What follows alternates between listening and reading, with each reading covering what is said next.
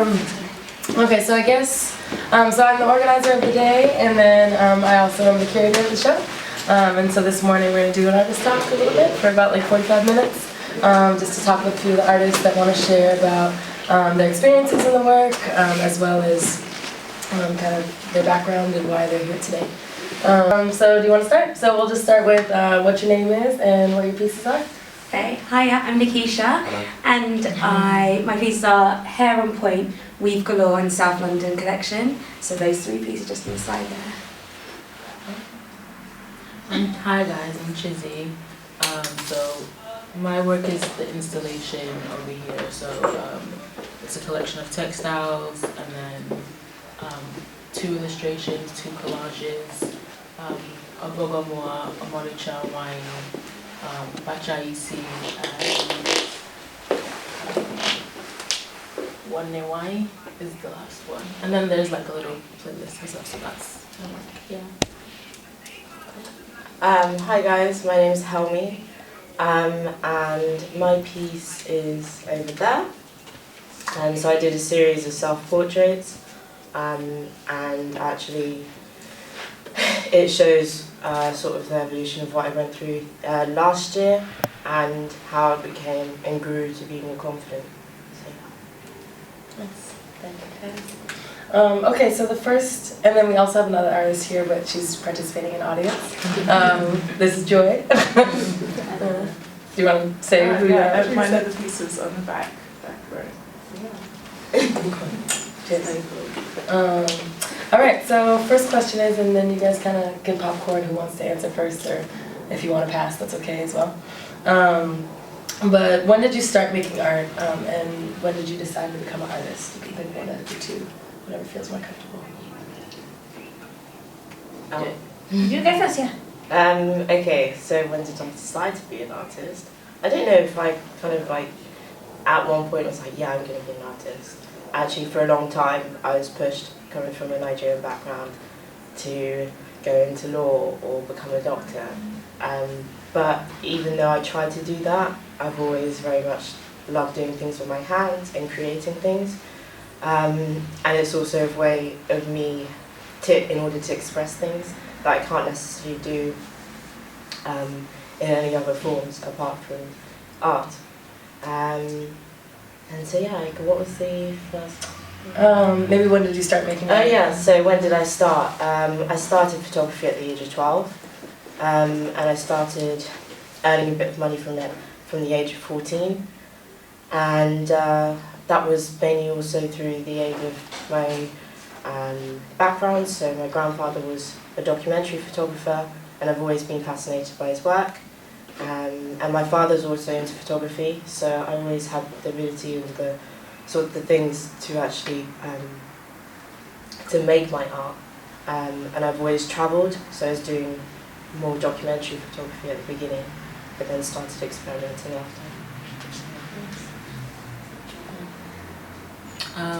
Yeah, so I started creating art since I was a child. So I didn't really think of it as art at the time. It was just like scribbling stuff and drawing stuff and making stuff. And then I don't really think I ever decided to be an artist. It kind of like decided to be me, if that makes sense. Like, it's just something that I was always doing in school and like outside of school. And when I started taking it seriously was when I started thinking about like where I was going to go to for university, and I was just like, okay, what am I actually going to do or study? And like she said, that I come from a Nigerian background, and it's like doctor, lawyer, engineer, yeah, and that was not me at all. Like, math is not my thing at all. Like, anything with science is not me.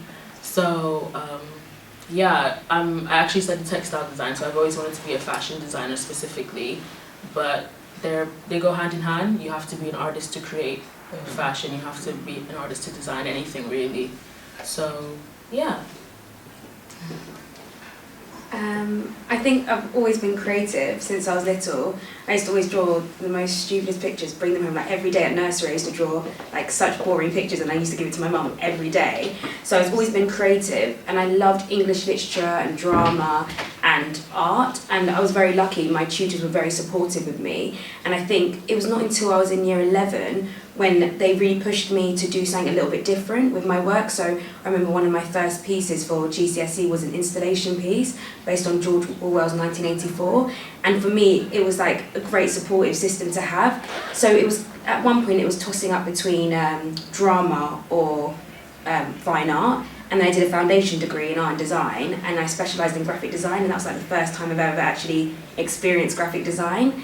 And I think that's when it started, you know, my tutor was very important. She was saying, stop calling yourself students, you're artists now. And I think from then on, I started believing that, okay, I'm an artist. And so I think from year 11, I started creating more and really thinking about the pieces that I was doing. And luckily from year 11 all the way to university and onwards, I've had very supportive tutors that really pushed me to do that. Like any sort of idea that I had, they would say, oh, like, what about this or what about that? And it was a great environment to be around. So yeah, I think from year 11 onwards, that's when I started considering myself as an artist. So yeah, but I've been creative from little. Nice. Yeah. I like that comment around like stop calling yourself students, like call yourself an artist. It's a really hard thing to get your head around, I think, as well. Mm-hmm. Like I think you always think, oh, what do you do? And you're like, but you shouldn't stutter. Like you're creating something, and it's actually really like amazing that you can do it. So I always try and even now still struggle to say it, but it's really important that you do. Yeah.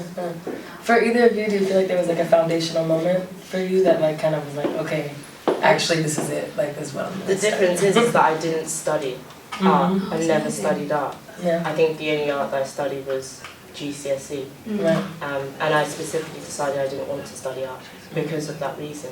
And a lot of it is, I mean, everybody has a different experience in university, but I've had a lot of friends coming back saying they felt, as if constantly that work was being judged, which is normal. Your work will always be judged, but by being told by a white teacher that your work is not relevant or it doesn't make sense or whatever, actually it is relevant to me. Yeah. And perhaps you don't like it, but I do, and I didn't create it for you. Right. Yeah. When do you think you felt that like, I'm taking this moment back and like actually this, do you feel like you always have that attitude, or like, do you think there was a moment where you're like, for a long attitudes time, changed, yeah. I would, like you say, I would create art, and then people would be like, oh, that's really good, and I'd be like, oh, whatever. And then I think it was when I came back from Southern Africa, and I did an exhibition, and oh my goodness, every person, there could have been 2 people that walked in, but every person that walked in, I cried, because I was like, you've actually come to appreciate my work, and I can't be that crowd. And I was just like, wow, this is what it feels like to share your work. And that's, even what this piece is about that I have today. It's about having, being able to share what you love, and it's just sharing love, and if people can appreciate that, then that's amazing. So yeah. Foundational moment, as in like. I mean, you can speak to whatever that is for me. Yeah. I think kind of the same but different, like connects to the two of them. Like growing up in New York and always being different from like everybody, because I was I'm not American really. Like I was born here and I am Nigerian.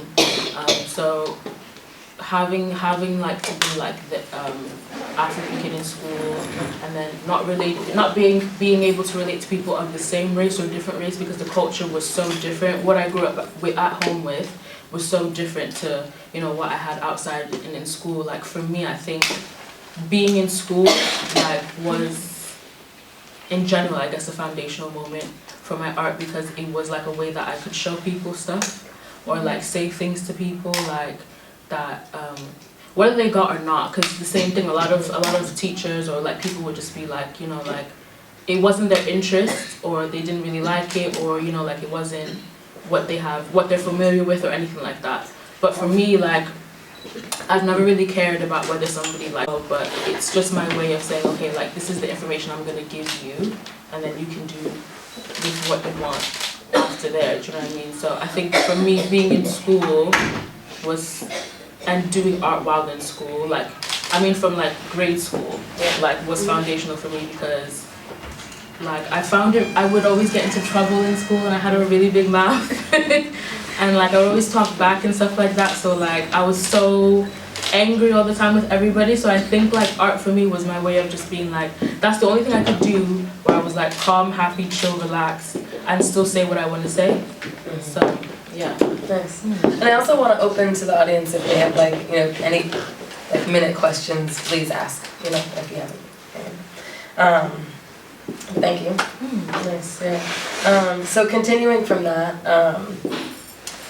and then in context of this show, or actually more broad, what themes do you typically work with in your shows? You guys started to speak to that, but what themes do you typically work with in your art? Do you have themes? Do you kind of, is it like life experience that just kind of happens and I might be going through this theme on a certain year, or, you know, is there anything you pull through?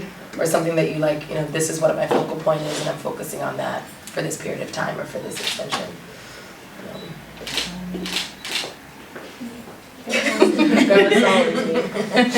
Okay. Well, I don't know.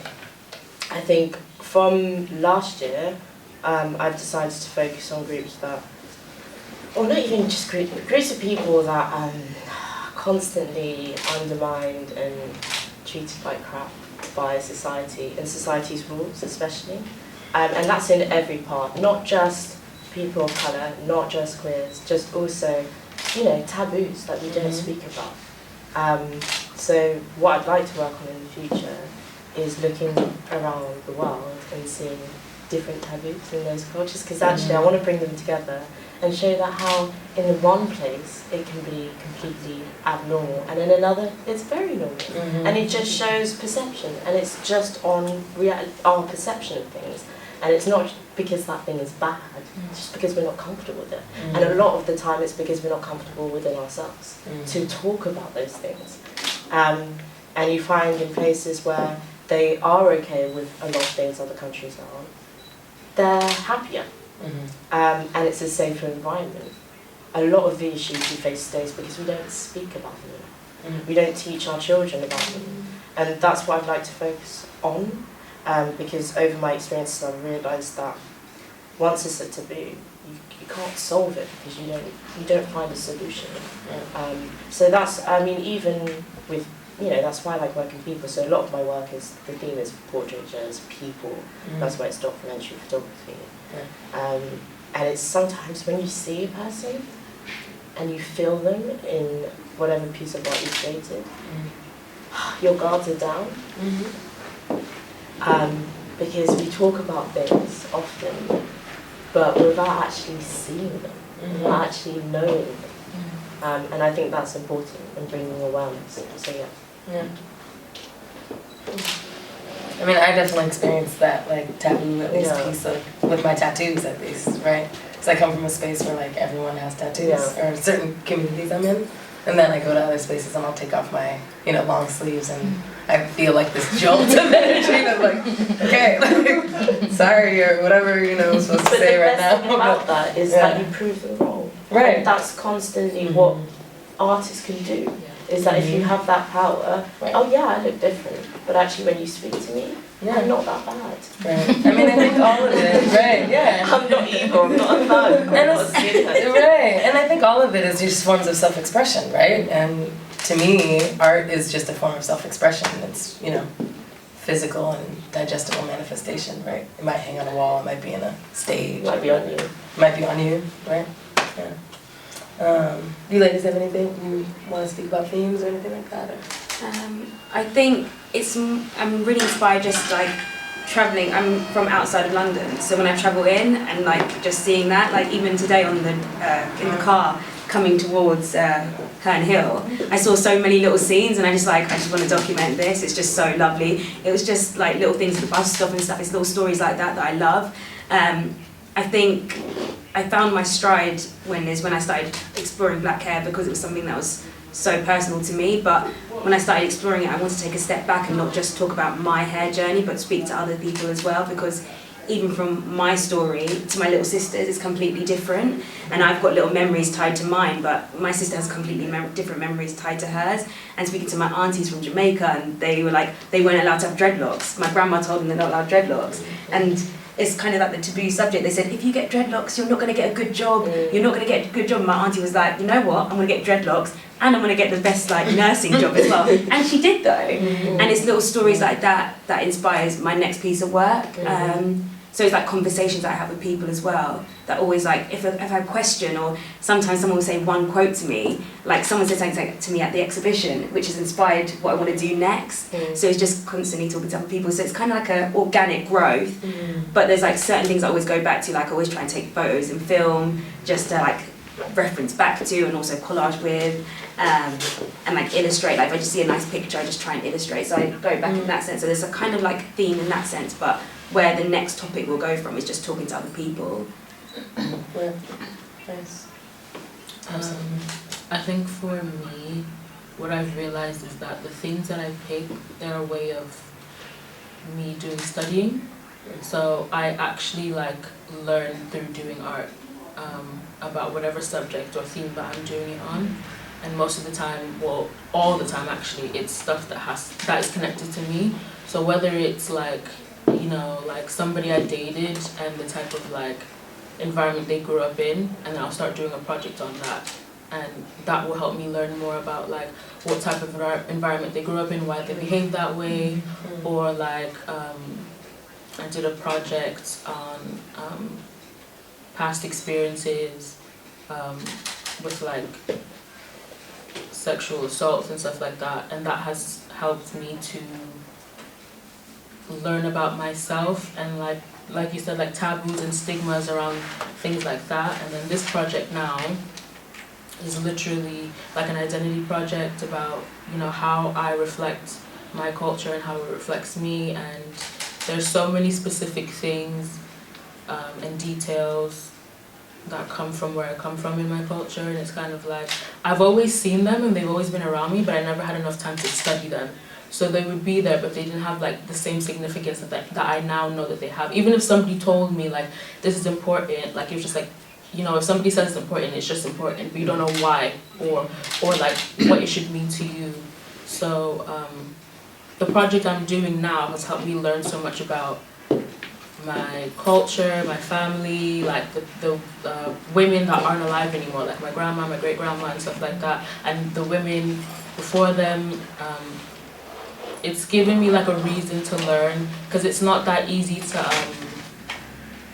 to find a lot of these things unless you're sitting down and taking the time to study them, because a lot of them have been like lost through westernization and like different wars and stuff like that. So this is really giving me the time to sit down and like ask questions, read, look at pictures, look at a whole bunch of different things. So I think for me, every time there's a theme to my work, it's for me to learn something about myself.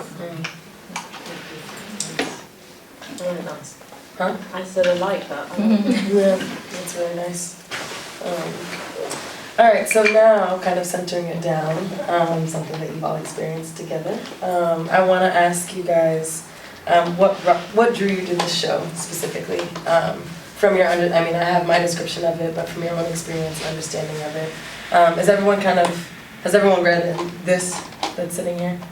Or know what the show's about in terms of like a written description? Nods are cool. Yeah? Yeah, okay. So Ain't I Beautiful is pretty much like challenging the power of beauty and what that means. And it doesn't necessarily only mean in the body, it can mean, you know, in the space, in a place, in your language, all these different things. So that's where we're starting from. Yeah, but what brought you guys to the show?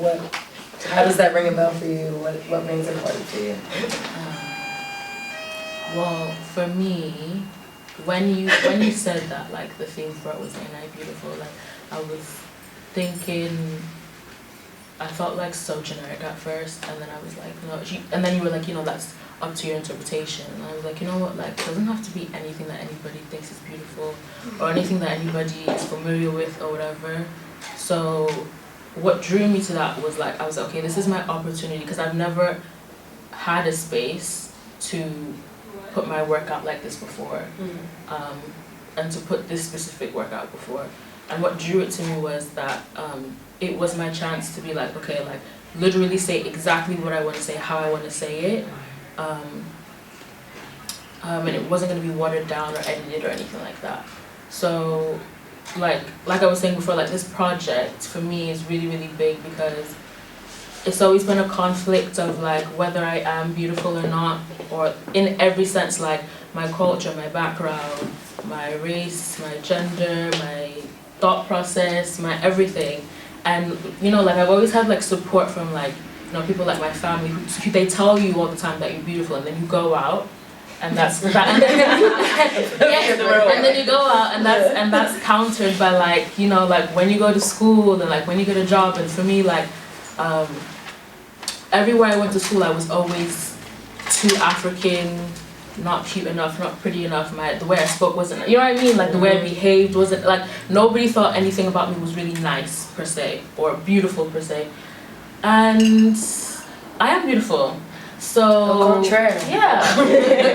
So like Omali Chanwai literally means beautiful woman. And that's like a term of endearment that Igbo people give to women a lot of times. But yeah, I just feel like I finally feel equipped enough and confident enough to be like, I'm not only just Nigerian, I'm also Igbo. I'm not only just, do you know what I mean? Like I'm not only just a woman, I'm also a black woman. I'm not only just whatever it is that anybody wants to like, you know, put me in a box in and not look at every single layer of me and every single detail of me. And I feel like, no, you have to accept every single part of me if you're gonna accept me. Yeah, like it's all together, like, so yeah, I think for me, like, I'm really excited because I feel like I rarely ever get to see that. So this gave me the opportunity, even though it's my work, it gave me the opportunity to see that. Yeah. Like come out of you. Yeah. Either you. Why first, and I was so excited first of all when I got the email. I was like, oh my gosh, straight away I was like, yes. And the theme I thought was instantly was just challenging where we get ideas of beauty from. And I think that is such an important thing in society. Like we've been told so many times where a certain beauty or what a certain beauty is, but if we think about it too much, we start believing that's the only beauty it can be. And my work, what my number one thing was to really push what you might consider, you know, not that beautiful, is what those little details, what I find stunning, and that's what forms my artwork.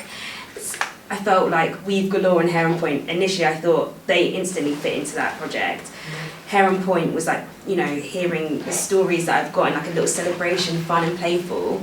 And, you know, that's just a beauty within itself. It's almost like a work of art doing our hair without even trying, you don't even think of it. And Weave Galore is so strange because when I printed it was with my mum, and she was like, you can't do that, you can't print that, you can't have those threads showing, you can't do that. Those little bits that you're telling me, well, sorry, no, those little bits that you're telling me not to put in is what I absolutely love. It's like, you know, those little bits of thread and, you know, the different colours of hair and like the patterns of the cane rows and stuff. That's what instantly inspired me. And I think it's those little beauty, those little bits of beauty that I wanted to show, those little details that may not be considered beautiful. That's what I think is beautiful. South London, that collection was the only thing I was a bit worried about putting in the exhibition.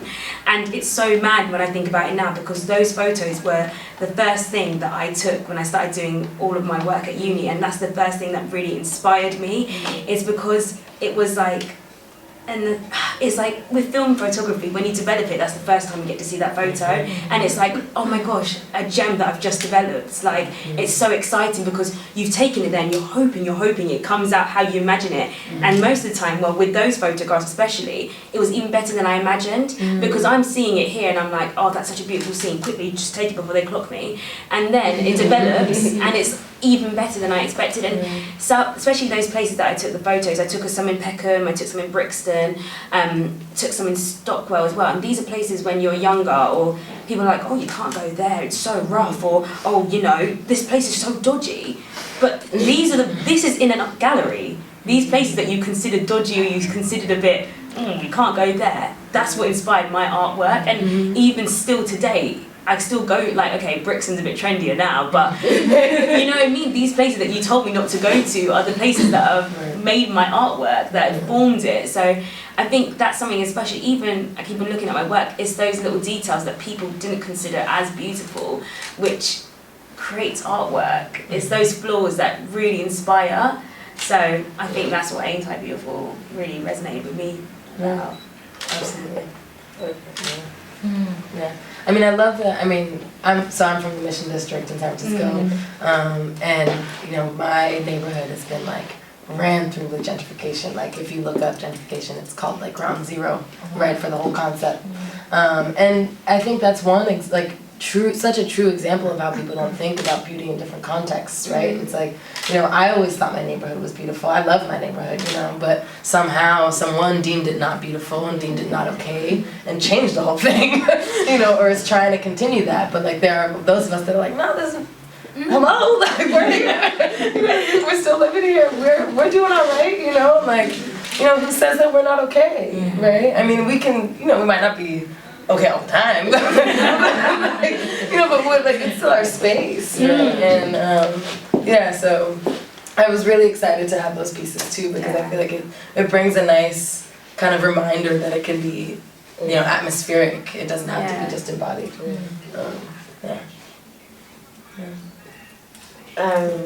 Okay. If you want. I know, I'm trying to think. So I came to the first one I heard of, and my friend Bada was in it. Yeah.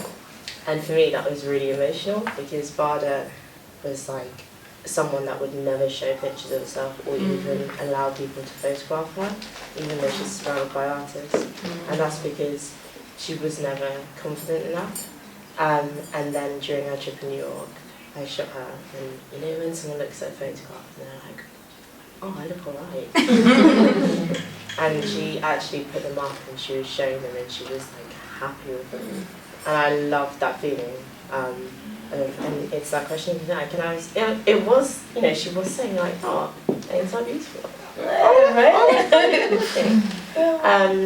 And also based her personality as well, that shine through it. And so then when I got a message from you, I was like, actually, if I encourage Bada so much, I should definitely take that step myself. And I was like, actually, when I looked up the artists as well that was showing, I was like, what an honour as well. Because yes, also this is personal work that I put up, but I wouldn't want to put up that personal work if I wasn't showing it with other artists that were beautiful as well. Everyone's beautiful, yes, but who managed to also portray that in their work. Because they're extremely talented. And also, the creator. But seriously, I wouldn't have done it if it was probably someone else.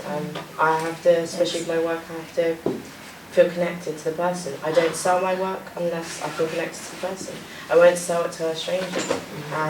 Doesn't matter if it's someone else's face. Doesn't matter if it's a stranger's face. Because instantly, as an artist, you make a connection with that person or that object that you've taken a photograph. So I'll be a poor artist. Mine is 12:03. 12:03? Oh, okay. We have a little bit of time.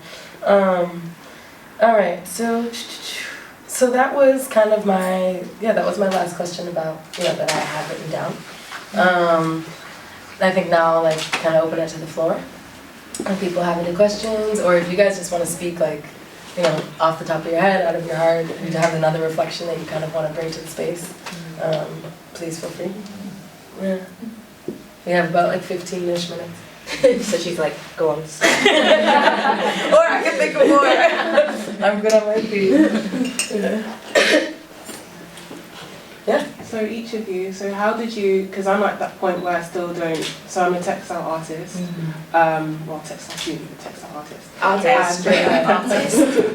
But I'm at that point where I'm not quite sure about what my practice is specifically. I have things that I enjoy doing, but how and when did you identify what it is that you like to do, like the resources or the mediums or your subjects? And Why is there a point though where you should decide? Oh, I don't know. No, but what I'm saying is, don't ever constrict yourself into one place. Right. I mean, even if you look at artists that are in their 60s, from the age of, they might have been doing for 10 years the same thing and suddenly decide to do another because they've always been interested. Do not put a barrier onto yourself. The beautiful thing about art is that there are so many mediums in order to express yourself. And so don't even think about it. Don't make it a thing. If you're like, hey, actually, I want to try pottery, just try. Go to an evening class and try it out. Do not put barriers on yourself. I mean, this is for everyone in any sort of workplace environment. As soon as you do that, you get stuck and you feel trapped. And you shouldn't feel trapped, especially if you're an artist. Yeah. So that's like the one thing I'd say. Like, really don't. People call me a photographer, but actually I love writing. I write poetry, but I'm not going to call myself a poet. I'm an artist because I do a lot of different things. And it sounds a bit, sometimes I used to feel like kind of weird saying I'm an artist. But you know what? I am, and that's the whole thing. Yeah. Don't put a barrier on yourself. Create what you want to create. Yeah, and it will strong words. And whoever sees your work will be able to know. Do you know what I mean? Your style is your style. Yeah. And even if you have different styles within your style, do you know what I mean? Like, because I study textile design. I'm a textile designer. I'm a visual artist. I do photography. I do everything that I want to do. Like, there's nothing anybody can tell me like you can't do that or you don't do that. So like, when you put, and then the funny thing is when you put all that work together and you see them, it makes sense. Do you know what I mean? Like, you will see like, okay, actually my photography actually goes with this illustration and this textile design goes with this, and there's so many connections and links that you may not even see because you're like, oh, they're two different mediums, they're two different whatever, but it's 2017, you can do anything you want to do. Yeah, you can do anything you want to do, and it's better that you can do it in different mediums. Like, financially it's better, you know what I mean? Like, even resource-wise, like say you don't have one thing, you want to do, like you don't have your camera for the day or whatever, but you still want to create something. You have different ways of doing it. You're not restricted by anything. You can do it through Illustrator, your laptop, or you can do it with your hand, or you can collage, or you can whatever you want to do, or you can write, or you can sing, or you can jump. That could be your, like, you know what I mean? You could do anything you want. Like, yeah, like it's 2017. Yeah. Do whatever you want to do, however you want to do it. Yeah, because my mom always said stuff like that to me. She's always told me like, if you don't know, if you do it and it doesn't work out, then it doesn't work out. If you do it and it works out, it works out. So do it. If you like it, you like it. If you don't, you scratch it off. You don't have to do it ever again. So yeah. Because I studied graphic design at university, and I thought, well, it was creative process thinking, but like the first 2 years of uni, I was too scared to do anything that I really loved doing because I thought it wasn't graphic design. And it wasn't until third year, it's just like, graphic design doesn't have to be, typography or anything like that. You can just experiment. And I think as well, if you experiment and you find out things that you didn't even know you could do, like I love etching, which I didn't even think I would do, and I started doing it and I just love doing it. And it's just like that trial and error and just trying different things. But yeah, I think as well, I was doing the same. I had this weird feeling in my head that I had to have a distinctive style. Right. I always felt, I don't have a distinctive style. When you look at my work, you don't know that's mine. But then it's mad because other friends of mine will look, Nakisha, that's so you. Exactly. That is and you think, it doesn't like, I don't think it looks like my work, but it does show because you put your time and effort into it. I know that's not quite, but I had that sort of thought in my head all the time at uni, like, it doesn't look like my work. But what is my look? It's just putting my time and effort, my personality, my soul into the work. And I think 100%, because as well, I used to, with graphics, I thought I couldn't do certain things. And it wasn't because, it's once I stopped thinking I can't do that, is when I created the videos. And it's like when I started doing, all my hair pieces, because I started believing, like, you know what, I'm not going to think of it as graphics, I'm just going to do what I love. And it's that sort of idea, but yeah. Just keep it. What do you want to do? What do I want to do? Yeah, like just anything you want to experiment with. Yeah, I'm more so embroidery, but I want to get into stunning. But I don't know, because you see all these people and they take amazing photographs and you think, okay, no, I can't do that. Or like, that's not me. Yeah, you go to uni? Yeah, I do. What uni are you in? Chelsea. Okay. But You're an UAL student? yeah. Okay, we'll link up then. Awesome. So I'd study textile design, but there's 3 different pathways. There's embroidery, print, and knitwear. And what we've realized is that like your artwork is almost your research to your other artwork as well. So like when you're doing photography, you may think this has nothing to do with anything. Yeah. It's not going to help anything. It's not going to form anything. That photography could be the inspiration to the illustration or whatever you make that has to do with your embroidery. Or it doesn't even have to be really. It could just be there, and then you know what I mean. Like it doesn't always have to connect, but a lot of times I find that it does connect. And like she was saying, like I always feel like I don't have a distinct style yet. I can see that work and I think it's no, and it's so funny because people say to me all the time like they can tell when they see my work, but I think it's an artist thing as well. Like, you know, we think a lot and we're very sensitive to our work. We're very sensitive. So like sometimes I'll be looking at my work like. And it doesn't help, you know, with uni sometimes when your tutor is like, do you know what, that's actually not gonna work, or you actually need to like play and explore more, you need to really just research. You need to write an essay on your flipping piece. So you'll be thinking that this doesn't work. A lot of the stuff that's up here, my tutors were like, you need to develop it, it's in an exhibition. And people love it. Do you know what I mean? They were telling me,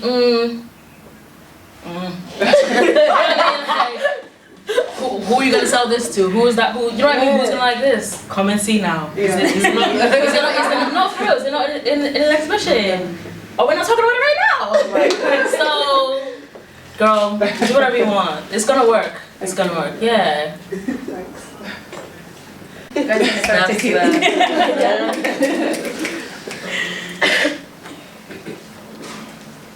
Any other folk on the floor have a question? Don't be shy. Dear Sarah. I always have. Just 1 second. No, my question's actually for you. Oh, okay. Yeah, because I was wondering, how do you, like, there's so many, you have already done 2 shows. Yeah. And there's so many artworks. How do you find these people? I really like, I like what I do. And I think what that is creating space. And I stay up a lot. I stay up late a lot. I do a lot of research, but I'm constantly trying to find things that give me feeling, right? And then once I found this like kind of pathway, I mean, I always have known that I'm an organizer. Like I grew up, I mean, my mother is one and just like was born into me, just like creating space, whether it's like a house party, the kitchen, cooking, you know.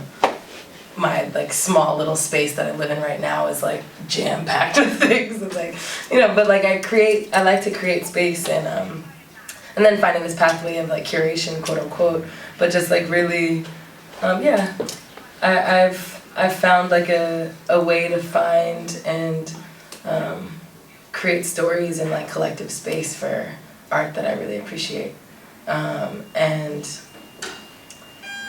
So I mean, I think I find artists because I'm really interested in finding people that, you know, are making work that I feel like really speaks to, I don't know, that makes me feel things, and I want other people to feel that, whatever it may be in their own manifestation and however they respond or don't respond, you know, but, and then also layered on that, you know, there's all of my political backing and reasonings, which I like, you know, are part of my humanness and my lived experience too. So like, I think that's also why I want to create these spaces, so I can continue to work towards, you know, having more places we can feel good and feel things, you know. Yeah.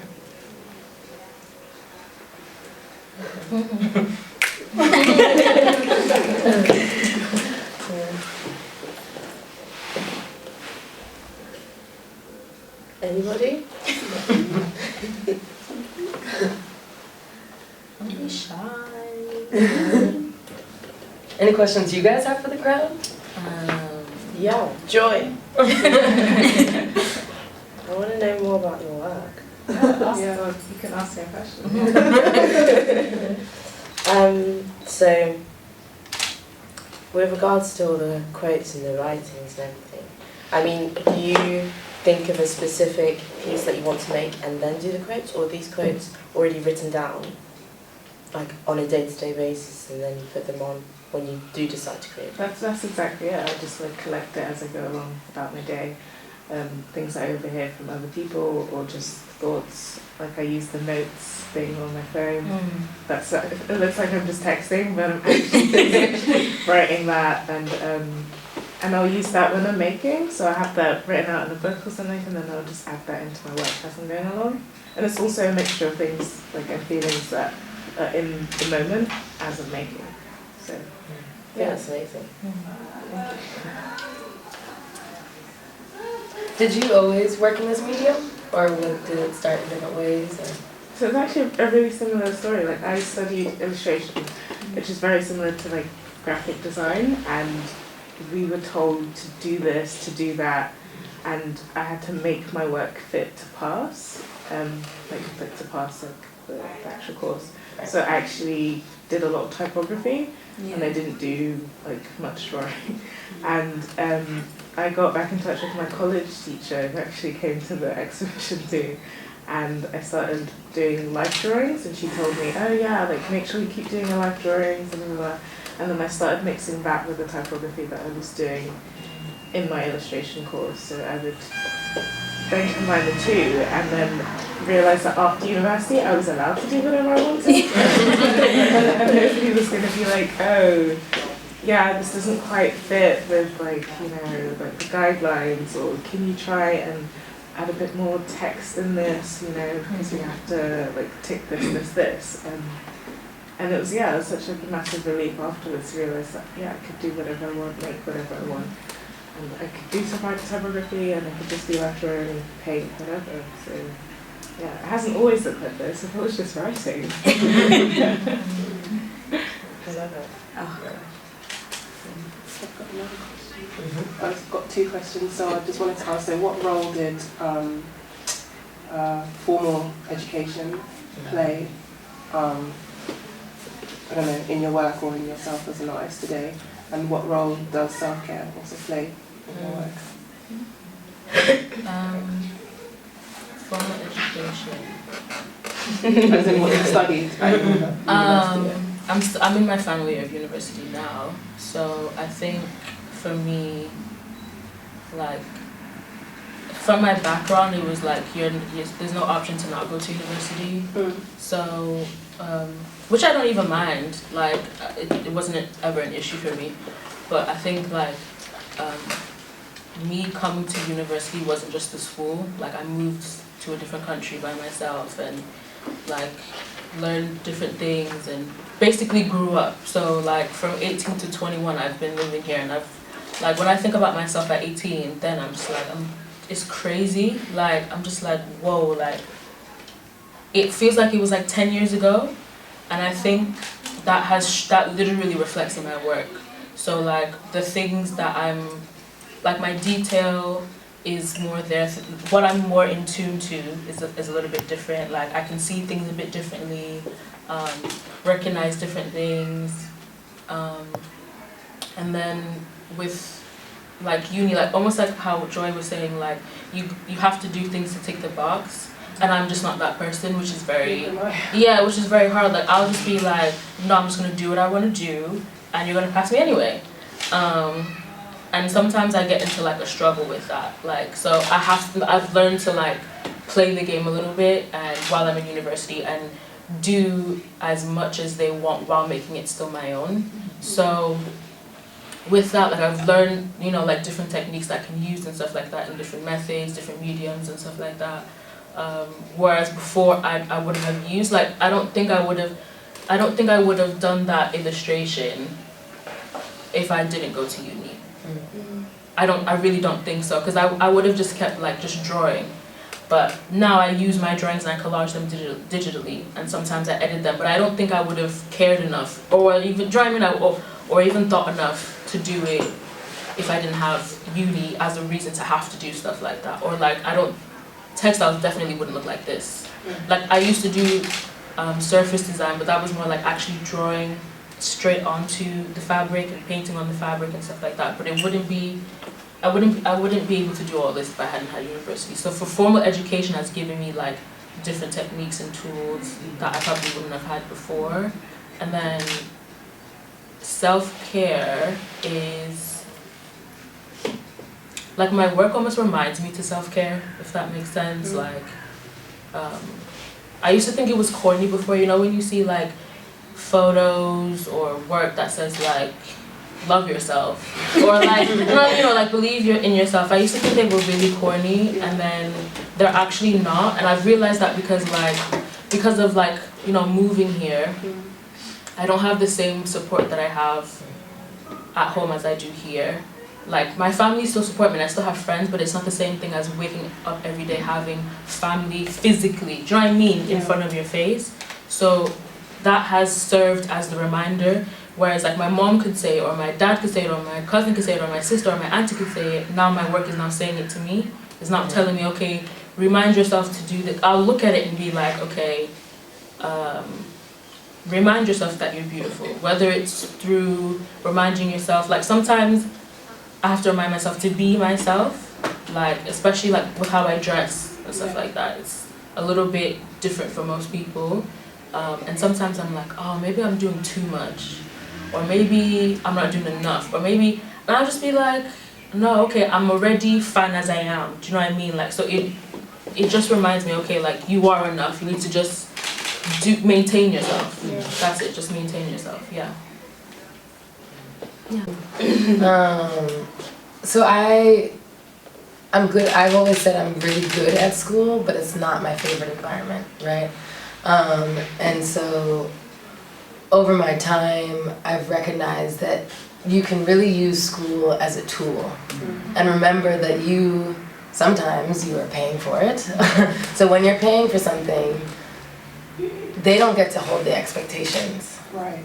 Right, so there's a system that you're feeding into, but you really have to remember, okay, I'm still me, and you shouldn't necessarily take on that identity as you, right? They don't get to usurp your entireness, right? And I think a lot of times we get put into those institutions and systems and are asked to all of a sudden mold into whatever like thing they want to make us, and it's like who's writing a check here? You know what I mean? Like, and for some people that works, right? Like if you need to be like a lawyer or a doctor, like you do need to like understand certain structures, and that's flat point blank. You know, you can't not. And specifically when you're in, but I would argue even for them, and more so for creative folk, we have to hold our individuation. We have to hold who we are, and then use those tools that we get from school and the systems that they present us to understand more who we are, right? And understand more through their lens, like how to challenge ourselves to go through that and then come out with something else, you know, with an extra something in our bag, you know, that we can toss out because a lot of people like these school letters, you know what I mean? A lot of people like these formalized things that are, you know, uniform across the board that school teaches you, right? But I think something that's helped me, and I finished my bachelor's years ago, and now I'm back in school, and I was like, I was all ready to go back to school, then I realized like, oh, like, it's this thing again, you know what I mean, where I'm at this like kind of tug of war with like who I am, and then this like space that I'm supposed to be something, you know, I'm supposed to be in this space and act like this space, and I'm like, I don't do this very well, you know, but then I remind myself, like, no, like, you are, you're picking up very specific tools from this place, and you can pick up the tools you want from that place and leave the tools you don't want, you know, and so I would say always remember that, you know, and that is the direct, like, for me, is a form of self-care, reminding myself that I'm first, right? And then also, you know, even this whole curation experience, I never went to art school either, and no one ever told me how to be a curator or how to install a show, and I install all my shows myself, you know, and like, but it's something I wanted to do, and I figured it out, you know, and so back to self-care, it came from, originally I was living in this community, I was living in Boston, coming from San Francisco, and they are like the starkestly different cities you could ever ask for, right? I mean, in some respects they have, you know, tributaries of similarities, but there's many things that are different, and specifically is the art world. And I was like, and I'm from one of the most colorful cities in San Francisco, and so, or like neighborhoods, let me say. And so it was really hard for me there. And then my form of self-care was like, after a certain point, I figured out, all right, like if this place is not going to give it to me, I need to make it. Like I want it. Like, yeah, exactly. Like, I mean, maybe they don't even know that this can exist, right? So, and you know, that's like, I think creating space for yourself, and whether that's tied to creating space for others or clothes for others or whatever it may be. But, you know, reminding yourself that you can and should come first is always important. All right. Quick time check from anyone? It's past Quarter past? Okay. It's yeah. past. It's Past quarter past. All right. Any like bubbling questions? If not, I think we'll close the upset circle. How can we find you? On social media? Yeah. Good old Instagram. But yeah, you can just get it off. All their contacts are in the book. So there's an artist book I created that has everybody's bios and descriptions of the pieces. So if you, I mean, I think it's really helpful to take a read and really gets you a lot of context to the whole experience here. And then everyone's websites and Instagrams and things are at the bottom. So. And I have cards in the front. Yes. And if you do have any questions and you figure it out later, then just ask us. Yeah, we're show people, we're cool. I'm not. All right. Well, thank you, everyone. All right, so next at some point.